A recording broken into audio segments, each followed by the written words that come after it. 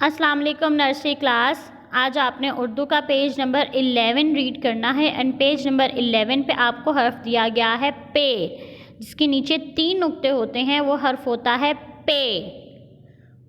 पे नीचे 3 नुक्ते पे। यहाँ पे आपको पे की आधी शक्ल दी गई है। पे पे पंखा, पे पंखा। पे पतंग, पे पतंग। पे पान, पे पान।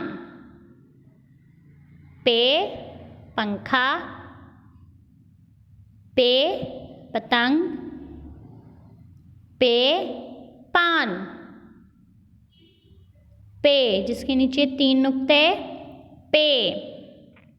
पे अब आपने इसको अच्छे से लर्न करके अपनी मामा को सुनाना है। अल्लाह हाफिज़।